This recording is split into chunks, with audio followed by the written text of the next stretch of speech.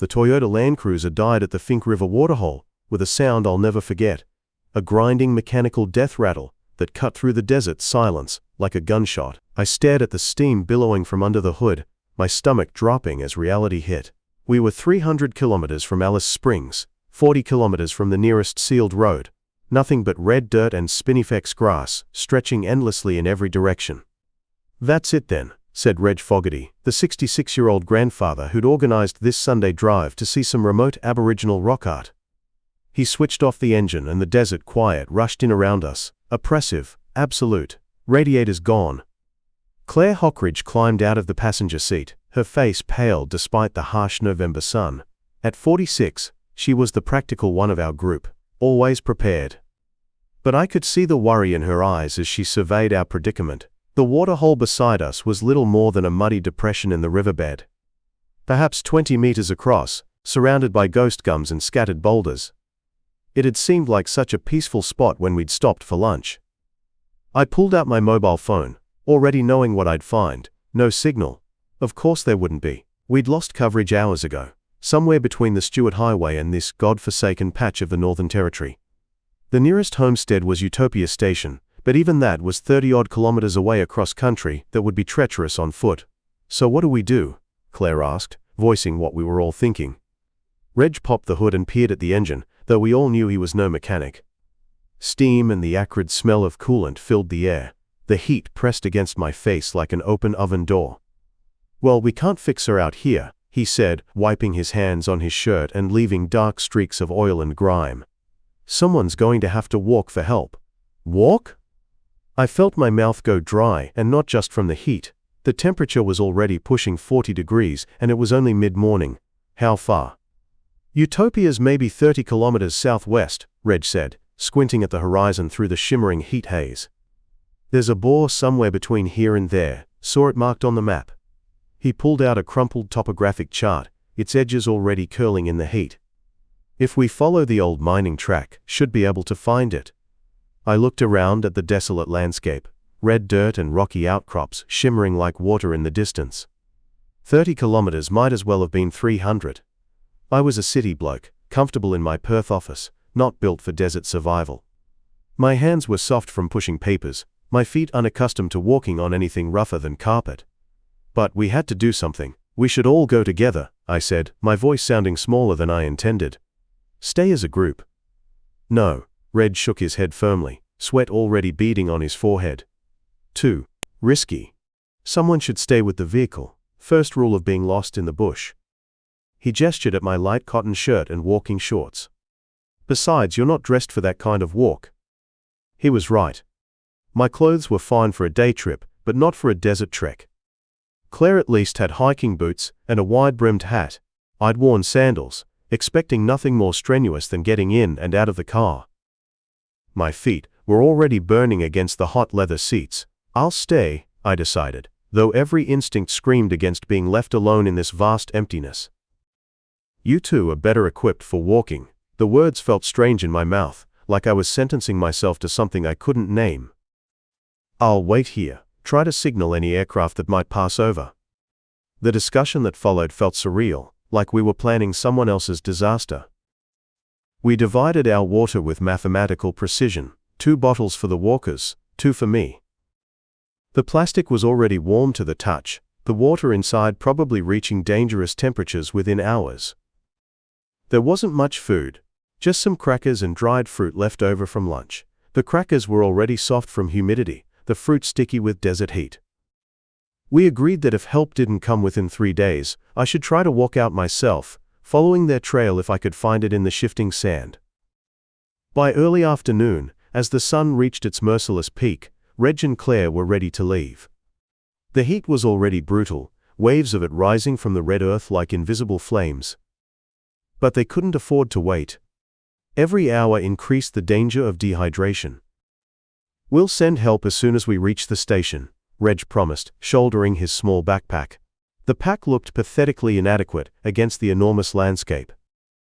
"Should be tomorrow morning at the latest. Just stay put," Claire added, giving me a quick hug. Her shirt was already damp with sweat, her skin hot against mine.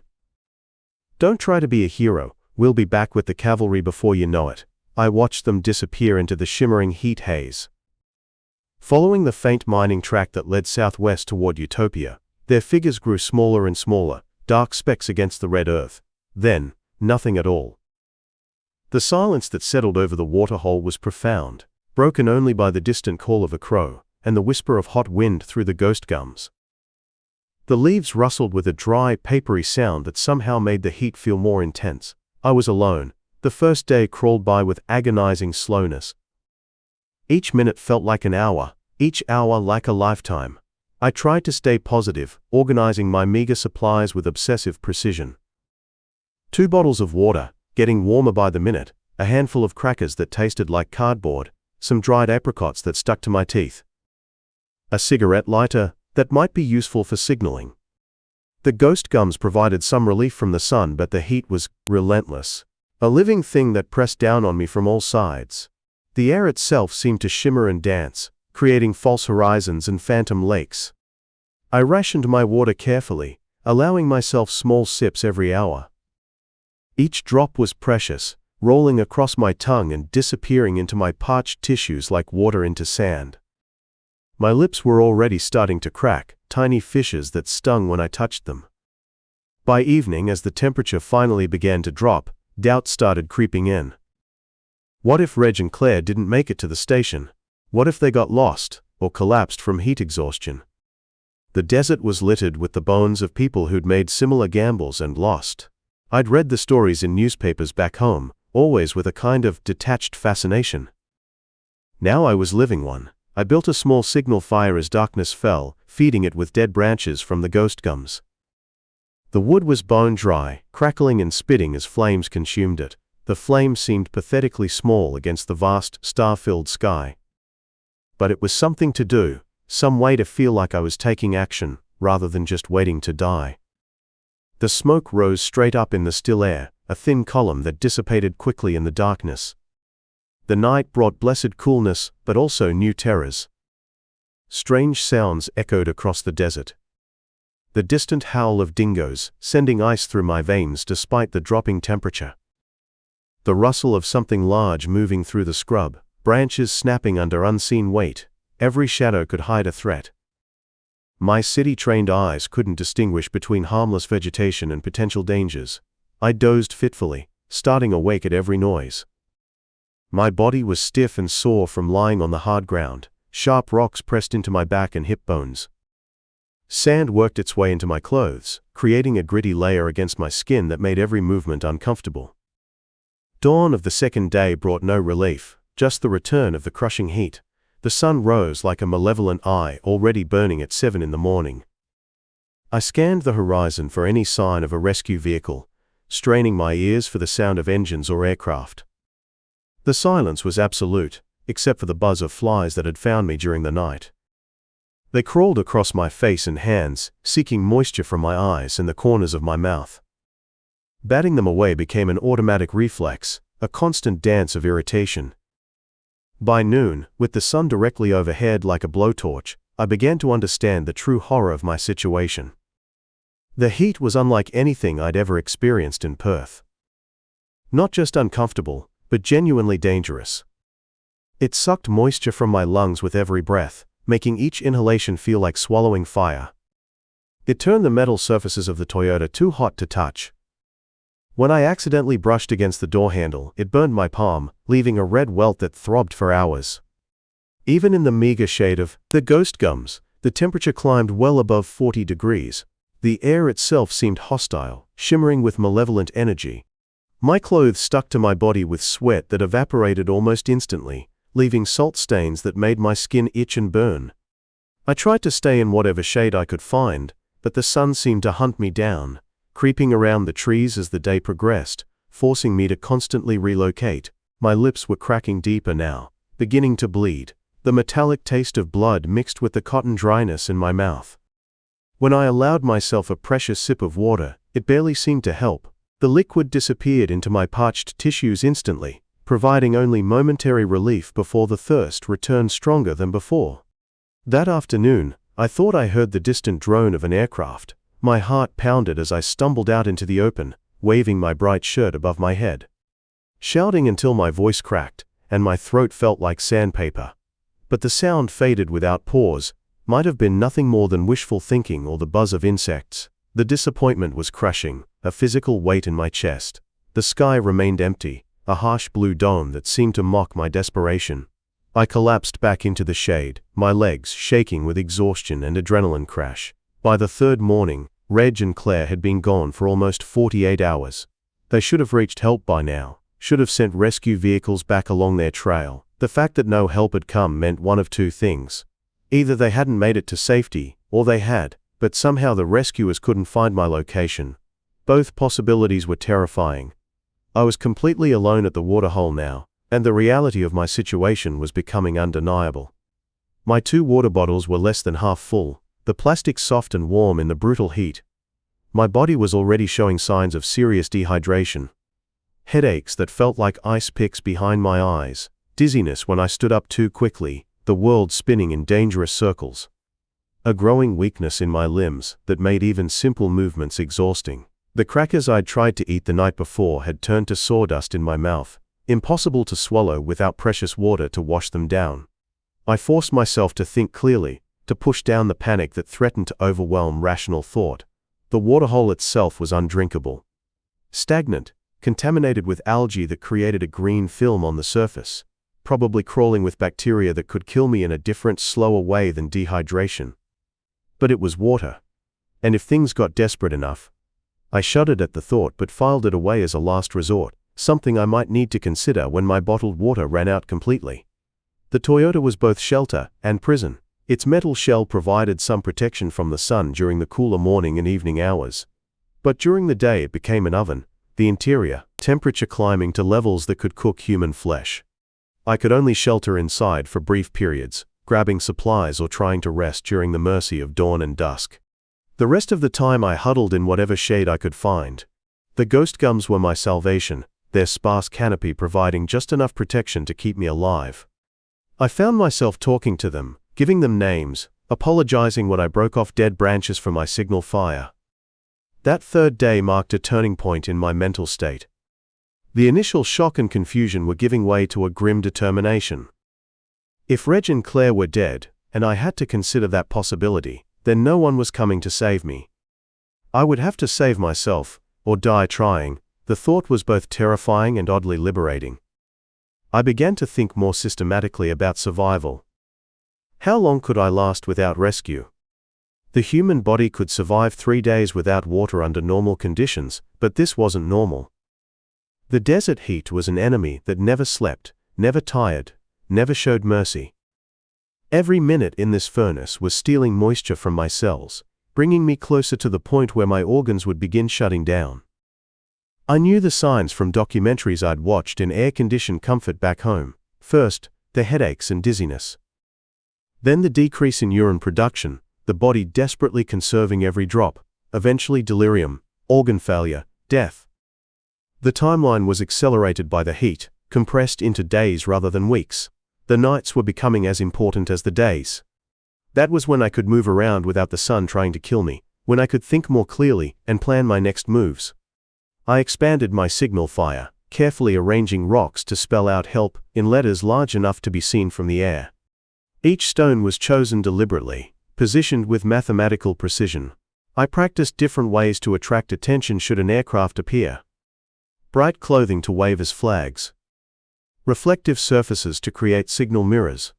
The cigarette lighter to create smoke signals during daylight hours. But aircraft were rare in this remote area, and the few I thought I heard might have been hallucinations brought on by heat and desperation. By the 4th day, my situation had become truly desperate. My water supply was down to less than a bottle, the liquid now uncomfortably warm and tasting of plastic. My body was sending increasingly urgent distress signals. My urine had turned dark yellow, then brown, then stopped altogether. The human machine was shutting down non-essential functions to preserve life for a few more precious hours. My skin felt tight and papery, like old leather left too long in the sun. My tongue was swollen and sticky, making speech difficult even though there was no one to talk to. The headaches were constant now, a throbbing percussion that made it hard to think clearly. Even simple decisions became monumental challenges. Should I drink water now or wait another hour? Should I try to rest in the shade or maintain my signal fire? Every choice felt like it could be the difference between life and death. I found myself staring at the stagnant waterhole with increasing frequency. The water was obviously contaminated, thick with algae and sediment. Green scum floated on the surface, disturbed occasionally by insects or small birds brave enough to drink. Probably crawling with bacteria that could kill me with dysentery, or worse. But death by disease would take days or weeks, while death by dehydration was measured in hours. The choice was becoming clearer with each passing moment. I could die of thirst with my dignity intact, or I could drink the foul water and buy myself time to be rescued. When framed that way, it wasn't really a choice at all. That afternoon, as the temperature soared past 45 degrees and my vision started to blur at the edges, I made my first truly desperate survival decision. My hands shook as I approached the waterhole's edge. The muddy bank was cracked and hard, baked by the relentless sun. I knelt carefully, my knees protesting against the sharp stones. The water up close looked even worse than from a distance, thick and murky, with things floating in it I didn't want to identify. It smelled of decay and stagnation, the odor rising in the heat like a physical presence. I cupped the greenish water in my trembling hands. It felt warm and slimy, with an oily film that coated my palms. I brought it to my cracked lips and forced myself to drink. It tasted as bad as I'd expected. Bitter and metallic, with an oily film that coated my mouth. There was an underlying flavor of rot, of things that had died in this water and been absorbed into its chemistry. But it was water, and my desperate cells absorbed it gratefully, even as my stomach churned in violent protest. I forced myself to drink slowly, fighting my body's urge to gulp greedily at the contaminated liquid. Each swallow was an act of will, a conscious choice to gamble with slower death to avoid immediate death. The psychological impact of this moment was perhaps as significant as the physical one. By drinking from the waterhole, I was acknowledging that my situation had moved beyond inconvenience or discomfort into genuine life or death territory. I was no longer a stranded tourist waiting for roadside assistance. I was a desert castaway fighting for survival against one of the harshest environments on Earth. The realization brought both terror and a strange kind of clarity. Everything non-essential fell away, leaving only the basic equation of survival: water, shelter, signal, hope. As the sun began to set on my fourth day alone, I sat beside the waterhole and tried to calculate my chances. My companions had been gone for 3 days. Almost certainly dead now, though I couldn't bear to fully accept that reality. No aircraft had responded to my signals. No vehicles had appeared on the horizon. For chins are gone. All practical purposes, I was alone in an area the size of a small country, with no way to communicate my location to the outside world. The math was simple and terrifying. Without rescue, I had perhaps another day or two before dehydration claimed me, even with access to the contaminated water. My body was already beginning the slow process of shutting down non-essential functions. My kidneys were working overtime to conserve every molecule of fluid. My heart was beating irregularly, stressed by the loss of blood volume. Soon I would lose the ability to move effectively, to think clearly, to take the actions necessary for survival. But I wasn't dead yet. And as long as I drew breath, I would keep fighting. Tomorrow would bring new challenges, new desperate choices, new tests of my will to live. The waterhole had become my world now. This small circle of green-tinged water and scattered trees was my entire universe. I built up my signal fire as darkness fell, feeding it with dead wood and torn pieces of fabric from my clothes. The flames danced against the star-filled sky, a tiny beacon of defiance in the vast emptiness. The smoke rose straight up in the still air, dissipating quickly in the darkness. Somewhere out there, beyond the horizon, people were living their normal lives. Sleeping in comfortable beds, drinking clean water from kitchen taps, complaining about trivial inconveniences. But that world seemed as distant as the stars themselves. All that mattered now was surviving until dawn, then finding the strength to face another day in this hellish place. By day 7, the line between waking and dreaming had blurred into something unrecognizable. I found myself having detailed conversations with my brother back in Perth, discussing work projects and weekend plans. Only to realize mid-sentence that I was speaking to a stunted desert oak, whose gnarled branches resembled a human silhouette. The contaminated water had kept me alive, but at a terrible cost. My stomach cramped constantly, sharp pains that doubled me over without warning. What little food remained in my system passed through me in violent, painful episodes. Each bout left me weaker, more dehydrated, more desperate. The heat had become a living predator that stalked me through the daylight hours. Even in the meager shade of the trees around the waterhole, the temperature climbed well above 40 degrees. My skin had turned leathery and dark, burned despite my efforts to stay covered. Painful blisters covered my lips and the inside of my mouth, making each sip of the bitter water an ordeal of fire. But I drank anyway, forcing the liquid down my raw throat, knowing that without it, I would have hours, not days. The sound of engines had become an obsession, a phantom symphony that played in my deteriorating mind. 3 times that morning I was certain I heard aircraft approaching, my heart hammering against my ribs as I scrambled from my shelter, waving frantically at empty sky before realizing the noise existed only in my heat-damaged brain. Each false alarm left me more exhausted, more despairing. The rational part of my mind whispered that I was wasting precious energy on hallucinations. But hope was the only fuel I had left, and I couldn't afford to ignore even phantom rescues. My body was consuming itself now, muscle tissue breaking down to provide energy as my stored fat disappeared. I could feel the change in my limbs, the way my clothes hung loose on my shrinking frame. Moving required tremendous effort. Even lifting my arms to drink felt like lifting weights. My legs had become unreliable, muscle cramps striking without warning and sending me tumbling to the sand. The sharp stones cut into my knees and palms, but the pain seemed distant and unimportant. But I forced myself to maintain the signal fire, adding fuel throughout the day so the smoke would be visible to any aircraft. The pile of combustible materials I had gathered was dwindling steadily, another countdown timer marking my approaching doom. Dead branches, pieces of torn clothing, anything that would burn and create smoke. I arranged and rearranged them obsessively, a ritual that gave structure to the shapeless horror of waiting to die. That afternoon, as the sun reached its merciless peak, I heard it again. The distant drone of an aircraft engine, still faint but definitely real. This time, I forced myself to wait.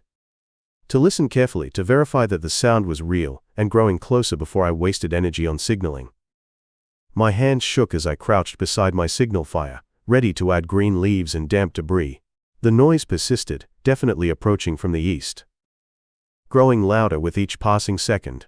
With tremendous effort, I pulled myself upright and stumbled toward my carefully prepared materials. Grabbing handfuls of green leaves and damp sand to create the thickest smoke possible. The fire hissed and billowed as I fed it, sending a gray column skyward that would be visible for kilometers. The aircraft passed directly overhead, a small plane, white against the blue sky, probably conducting a survey or traveling between remote stations. I screamed until my voice cracked, jumping as high as my weakened legs could manage, waving my torn shirt like a flag of surrender. But the plane continued on its path without deviation, the pilot oblivious to my desperate signals below. The engine sound faded into the distance, leaving only the buzz of flies and the whisper of hot wind. As the silence returned, I collapsed beside the waterhole and wept for the first time since my ordeal began. The tears were precious moisture my body couldn't afford to lose. Salt water that should have stayed in my cells, helping to maintain the delicate balance that kept me alive. But my emotional reserves had finally cracked under the pressure. The careful control I'd maintained for a week dissolved into raw, animal grief. I cried for myself, for my certain death in this godforsaken place. For Reg and Claire, whose bones were already bleaching somewhere in the desert. For my family, who would never know what happened to me. The tears dried quickly in the heat, leaving salt tracks on my burned cheeks. By day 8, even the simplest tasks had become monumental challenges. Collecting firewood required multiple rest breaks, my vision graying at the edges with each exertion. Drinking water left me nauseated and dizzy, the contaminated liquid fighting with my damaged digestive system. The hallucinations were constant now, a parallel reality that seemed more vivid than the actual world. I saw rescue vehicles approaching through the heat shimmer, their engines rumbling with salvation. Heard search helicopters that existed only in my heat-damaged brain, their rotors chopping through imaginary air. Felt the presence of my missing companions just beyond my peripheral vision, always there when I wasn't looking directly. Sometimes I called out to them, forgetting momentarily that they were dead. that I was alone, that calling used energy I couldn't spare. My reflection in the waterhole was barely recognizable, sunken cheeks that made my skull visible beneath paper-thin skin. Eyes that seemed too large, surrounded by dark circles that spoke of organ failure, lips cracked and bleeding, pieces of dead skin hanging like old paint. My hair had become matted with sand and sweat, hanging in dirty tangles around my face. I looked like something that had crawled out of a grave. Perhaps that's exactly what I was, a corpse that hadn't yet realized it was dead. But anger began to surface alongside the despair, a fierce resentment at the unfairness of it all. I had done everything right after the others left. Stayed put as every survival manual recommended. Conserved energy, maintained signals, rationed resources with mathematical precision. I had made the smart choices while others had panicked and died for it. The desert had no right to claim me too, not after I had fought so hard, not after I had sacrificed so much of my dignity and health to stay alive. This rage became fuel, burning in my chest and driving me to continue when logic said I should lie down and accept the inevitable. Day 9 brought my closest brush with complete surrender. I woke feeling detached from my body, floating slightly above the skeletal figure lying beside the waterhole. The sensation was peaceful, almost pleasant, a release from the constant pain and thirst and crushing heat. It would be so easy to simply drift away, to stop forcing my damaged body through the motions of survival. Death had lost its terror over the past week. In fact, it seemed like mercy compared to the endless cycle of suffering I'd endured. For hours I lay motionless, watching clouds drift across the perfect blue sky. Thinking about absolutely nothing, my mind finally quiet after days of desperate planning and calculation. My breathing became shallow, my pulse irregular and weak. The sound of flies buzzing around me didn't register as unusual. I had become so still, so lifeless, that the insects no longer recognized me as a threat. This was dying, I realized with detached interest. This gentle fading was how it would end. Not with drama or struggle, but with simple cessation, like a machine running out of fuel. But as the afternoon heat pressed down on my motionless form, muscle memory took over. My hand moved without conscious direction, cupping water from the hole beside me, bringing it to my cracked lips in a motion I'd repeated hundreds of times. The bitter liquid hit my empty stomach like acid, triggering violent retching that sent spasms of pain through my entire torso. The pain was a shock, a reminder that I was still alive, still capable of sensation. And with sensation came the stubborn refusal to quit that had carried me this far. I forced myself upright, swaying dangerously but maintaining my balance through pure will. The signal fire had died to cold ash while I lay in my death trance. But I could rebuild it, had to rebuild it. Somewhere out there, search teams might still be looking. My family hadn't given up on me. I couldn't give up on myself. Each piece of wood I added to the fire was an act of defiance against the desert that wanted to claim my bones. Every small flame was proof that I still possessed the will to fight. That night I heard my mother's voice calling my name across the water. The sound was so clear, so real, that I answered aloud before catching myself. "I'm here, Mum, I'm still here." But instead of despair at another hallucination, I felt comforted. If my mind was creating the voices of people who loved me, maybe some part of me would survive even if my body failed. The thought helped me sleep, the first real rest I had managed in days.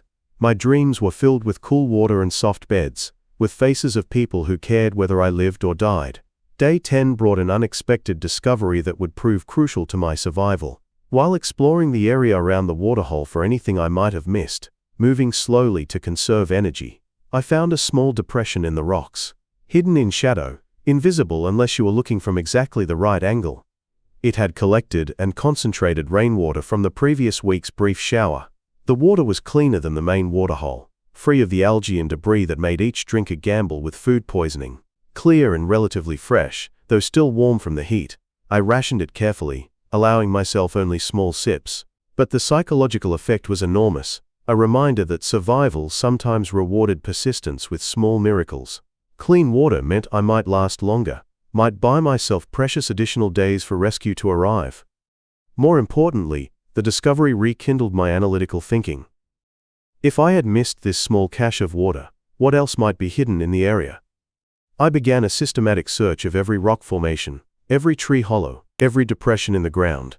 My movements were painfully slow, requiring frequent rest stops as my vision grayed and my legs trembled with exhaustion. But the activity gave me purpose beyond mere survival, a sense that I was actively fighting, rather than passively waiting to die. In a crevice between two boulders I found a small colony of ants and the remains of their food stores. Seeds and dried plant matter that was technically edible, though it provided minimal nutrition. Every few seeds was a victory, a small addition to my body's dwindling energy reserves. I chewed them slowly, trying to extract every possible calorie from the tiny morsels. I also discovered that certain rocks retained coolness well into the day, their mass providing thermal protection from the sun's assault. These became refuges, slightly better relief from the heat than the sparse tree shade I had been relying on, small improvements that might add hours to my survival time. Day 11 almost ended in disaster, when I collapsed while tending my signal fire. The world tilted sideways without warning, my legs folding like broken sticks. I fell partially into the waterhole, the shock of the warm, contaminated water filling my nose and mouth, triggering a coughing fit that left me gasping and disoriented on the muddy shore. For terrifying moments I couldn't remember where I was or why I was alone.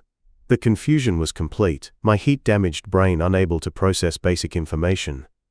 But the disorientation passed, leaving me more determined than ever to maintain my routines. The fire, the water collection, the constant watch for aircraft.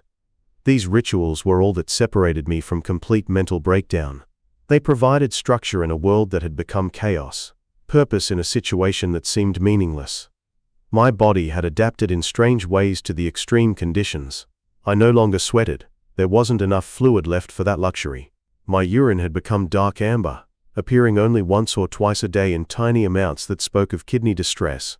Most disturbing, I had stopped feeling hungry. The constant gnawing in my stomach had been replaced by a hollow numbness that I recognized as my digestive system beginning to shut down. Time was running out, measured now in hours rather than days. But I had made it 11 days. 11 days alone in one of the most hostile environments on Earth, and I was still breathing, still thinking, still fighting. That had to count for something. That had to mean rescue was possible, that my suffering served a purpose beyond mere prolonging of agony. As I built up my fire for what I somehow knew might be the last time, I allowed myself to believe that tomorrow might be different. That the sound of rotors I'd been hearing in my dreams might finally become real. Day 12 dawned clear and windless, the kind of perfect blue sky morning that would have seemed beautiful under any other circumstances. I woke with unusual difficulty, my body requiring several minutes to respond to my mind's commands. The night had been filled with vivid dreams of rescue, so realistic that waking to continued solitude felt like a fresh betrayal. Each return to consciousness was harder than the last, reality becoming less appealing than the fantasy world my brain created. I forced myself through my morning routine, though each action felt mechanical, performed by muscle memory rather than conscious will. Checking the fire, sipping water from my precious clean source, scanning the horizon for signs of salvation. But my pulse felt irregular, sometimes racing, sometimes barely perceptible. I knew these were signs of organ failure, the final stage of my body's desperate attempts to sustain life. The heat built quickly, and by mid-morning I had retreated to the shade of my favorite tree, the desert oak that had become my primary companion over the past week and a half. Its gnarled branches provided sparse protection, but it was better than nothing. From here I could see the signal fire and watch for aircraft, while conserving what little energy remained in my failing body. My vision was becoming unreliable, dark spots floating at the edges that might have been flies or might have been brain damage. Around noon, I heard it. The unmistakable sound of helicopter rotors, still distant but definitely approaching. I had been fooled so many times by hallucinations that my first instinct was to ignore it, to save my strength rather than chase another phantom rescue. But the sound grew steadily louder, more distinct, accompanied by the deeper rumble of a helicopter's turbine engine, a mechanical complexity that my damaged brain couldn't have invented. This was real. Moving faster than I had in days, I stumbled toward my signal fire. My legs nearly folded with each step, but adrenaline provided just enough strength to keep me upright. I began throwing every combustible item I could find onto the flames. Dead wood, pieces of fabric torn from my clothes, anything that would burn and create smoke. The fire hissed and roared, billowing skyward in a thick gray column that would be visible for miles. I ripped more pieces of fabric from my remaining clothes, bright colors that would stand out against the desert landscape. Waving them frantically above my head, screaming with what remained of my voice. The helicopter sound continued to grow closer, coming from the southeast. Exactly the direction I had been watching for 11 days. When the aircraft finally appeared over the ridge, I felt my legs give out completely. I collapsed to my knees beside the waterhole, still waving my makeshift flag. Tears streaming down my burned face, salt water I couldn't spare but couldn't control. The helicopter circled once, the pilot clearly seeing my signal, then began its approach for landing. The rotor wash scattered my carefully maintained fire and filled the air with stinging sand. But I didn't care. After 12 days of solitude, the sight of another human being felt like witnessing a miracle. The rescue crew reached me within minutes of touchdown, professional and efficient in their assessment of my condition. I tried to speak, to explain what had happened, to ask about my missing companions, but my voice was barely a whisper and my thoughts scattered like leaves in wind.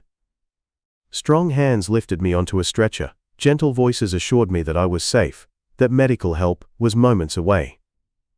As the helicopter lifted off from the waterhole that had been my world for nearly 2 weeks, I looked down at the small patch of green water and scattered trees that had kept me alive. From this height, it looked impossibly tiny, a mere speck in the vast red emptiness of the Northern Territory desert. That I had survived there alone for 12 days seemed impossible, yet here I was, ascending towards safety in the skilled hands of people who had refused to give up searching for me. The helicopter touched down at Alice Springs Hospital in a whirlwind of emergency activity. Medical personnel surrounded the stretcher before the rotors had fully stopped spinning. Their voices were an urgent chorus of vital signs and treatment protocols that washed over me like white noise. I caught fragments: severe dehydration, kidney function compromised, second-degree burns, but my mind felt disconnected from the body they were describing.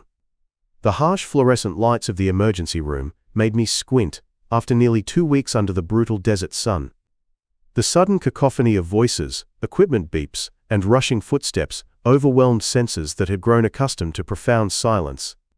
A doctor with kind eyes and steady hands examined me, while nurses established IV lines and monitors.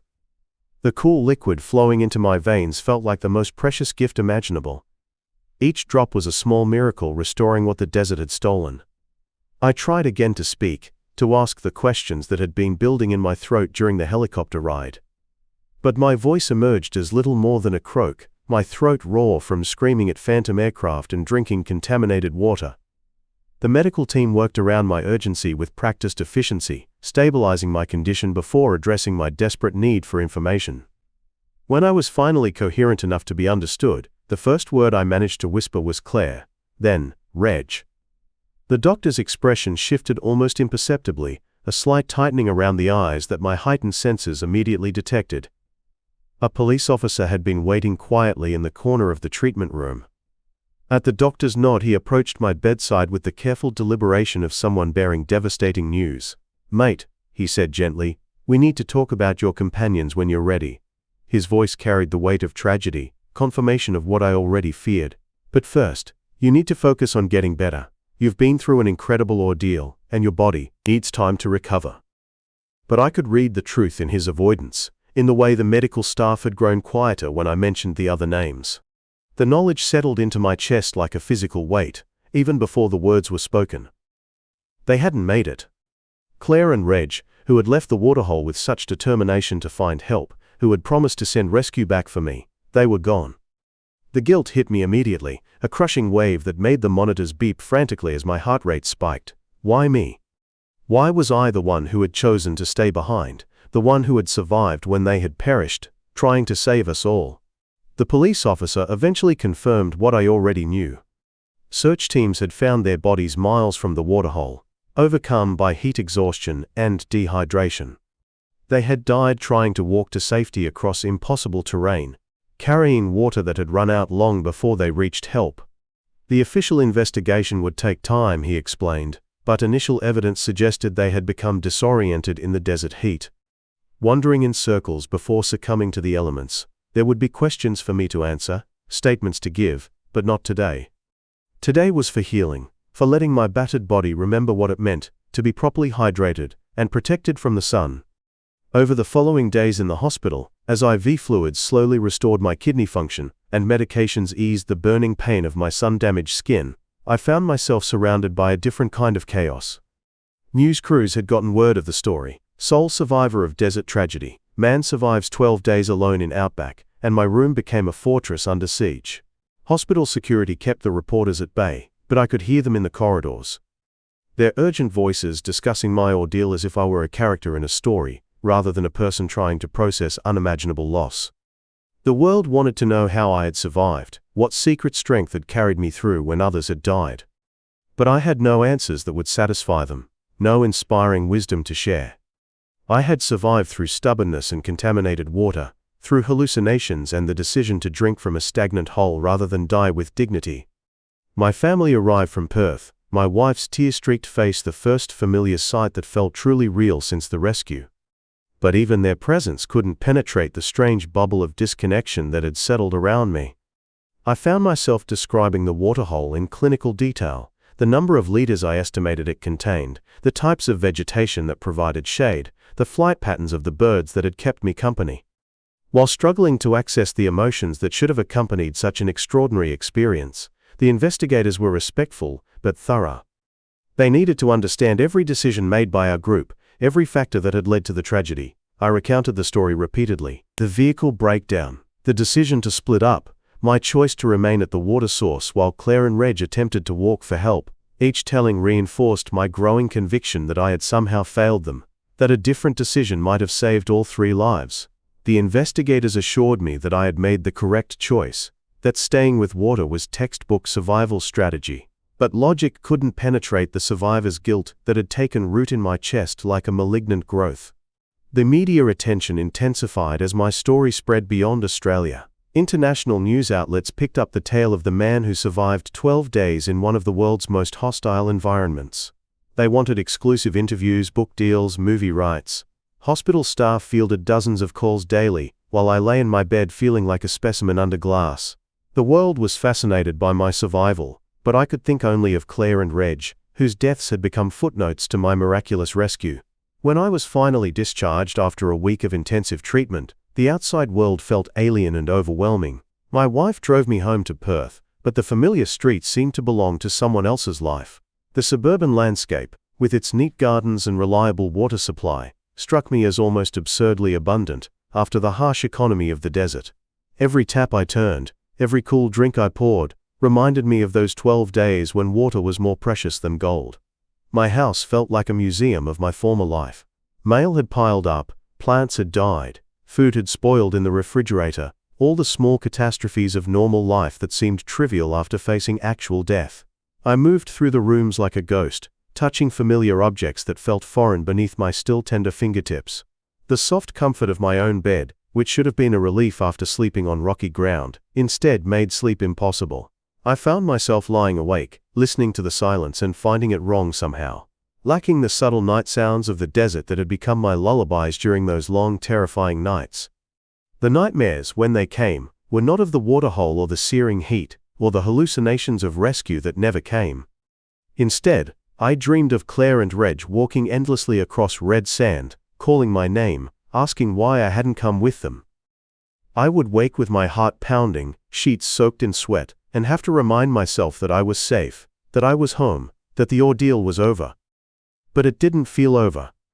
It felt like I had left some essential part of myself beside that small patch of green water, and the person who had returned was incomplete. Months passed in this strange hibernation. The media attention gradually shifted to other stories, other tragedies, other survivors. The intense interest in my experience faded to occasional follow-up articles on anniversaries. But the internal struggle continued, unabated, a daily battle to find meaning in my survival. The call came on a Tuesday morning in March, nearly 2 years after the rescue. I almost didn't answer. The number was unfamiliar, and I had trained myself to ignore most calls. But something made me pick up on the 4th ring. "Mr. McBeath-Riley?" This is Dr. Sarah Chen from the Northern Territory Emergency Services. Her voice was professional but warm, carrying an authority that made me pay attention. I'm calling because we're conducting a training exercise near the Finke River next month, and we wondered if you might consider participating. My hand tightened on the phone, the familiar weight of memory pressing down on my chest. What kind of participation?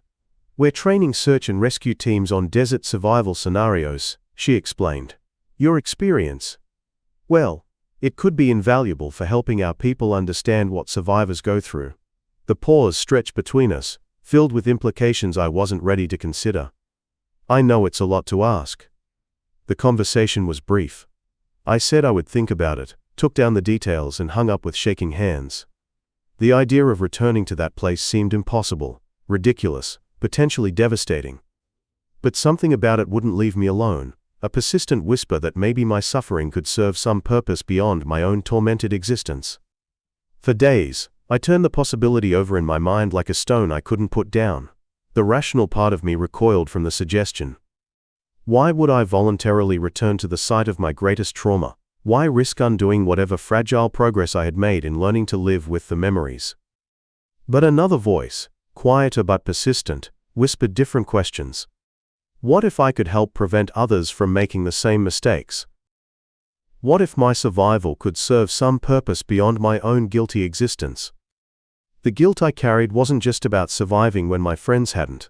It was about the growing sense that their deaths should mean something, should contribute to some larger understanding that might save others from the same fate. 2 weeks after the initial call, I found myself dialing Dr. Chen's number. I'll do it, I said without preamble when she answered. But I have conditions. The arrangements took time. I insisted on visiting the site alone first, before any training exercise, to see if I could psychologically handle being there. Dr. Chen agreed, arranging for a helicopter to transport me and wait nearby while I faced whatever demons might be lurking at the waterhole. The flight out felt like traveling backward through time. As the landscape below shifted from developed areas to the vast emptiness of the outback, my body began responding with familiar patterns of hypervigilance. My breathing shallowed, my hands grew clammy, and I found myself unconsciously cataloging survival resources: water bottles, emergency supplies, communication equipment. But this time was different. This time, I was choosing to be here. This time I had backup plans, support systems, and the hard-won knowledge of my own capabilities. The helicopter set down about 1 kilometer from the waterhole, far enough away to give me privacy but close enough for safety. The pilot, a weathered man named Marcus who had been part of my original rescue team, squeezed my shoulder as I prepared to disembark. "Take all the time you need," he said. "I'll be right here." The walk to the waterhole felt like moving through a museum of my own suffering. Every rock, every tree, every subtle variation in the landscape triggered cascading memories. There was the flat stone where I had tried to sleep on the third night, when hope still seemed reasonable. There was the rise where I had climbed repeatedly to scan for rescue vehicles, shading my eyes against the merciless sun, and there, finally, was the waterhole itself. It looked smaller than I remembered, less like the oasis of salvation it had seemed during my ordeal. More like what it actually was, a modest depression in the earth that happened to hold water. The surface was dark and still, reflecting the pale blue sky. A few birds moved among the surrounding vegetation, going about their ordinary business of survival. I stood at the edge for a long time, waiting for the emotional devastation I had expected. But instead of overwhelming grief or panic, I felt something more complex. A strange mixture of gratitude and sorrow, recognition and distance. This place had been both my salvation and my hell, the stage for the most important 12 days of my life.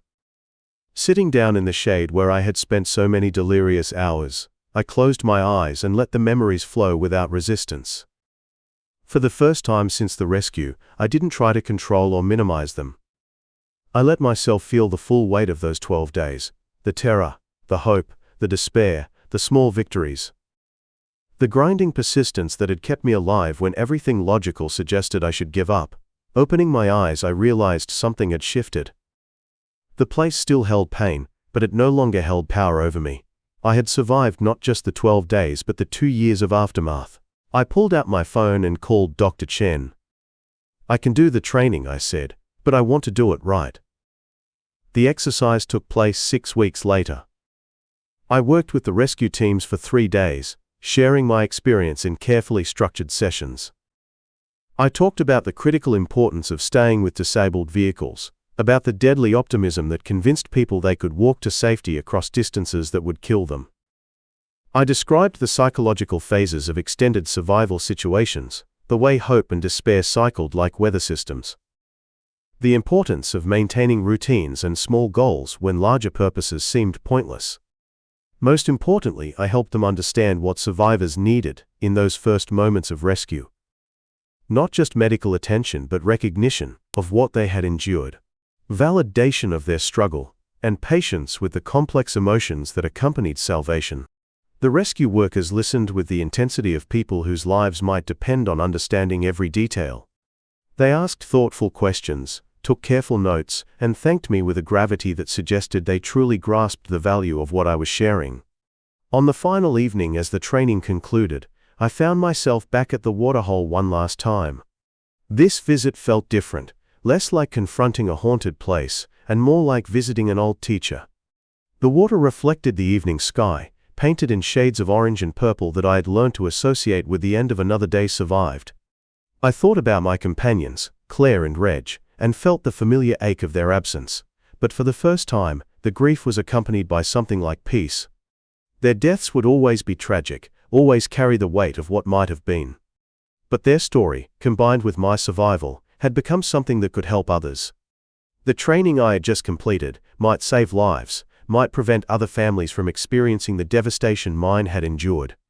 As darkness settled over the waterhole, I made my final peace with the place. I would probably never return again, but I no longer needed to. I had reclaimed my story from the realm of pure victimhood and transformed it into something that could serve others. The night sounds of the desert began their familiar chorus as I walked back toward the lights of the rescue camp.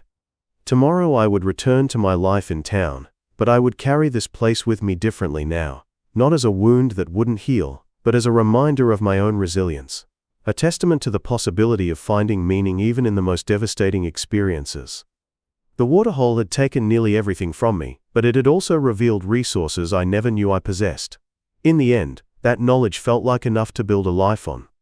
Not the life I had planned before that weekend trip into the Outback, but a life nonetheless, marked by hard-won wisdom and an unshakable understanding of what it meant to endure. If you've ever been lost in the Outback, you know how quickly things can turn deadly. Hit subscribe for more survival stories from the Red Center. Next week I'll tell you about the search team's perspective and how they almost gave up looking for me.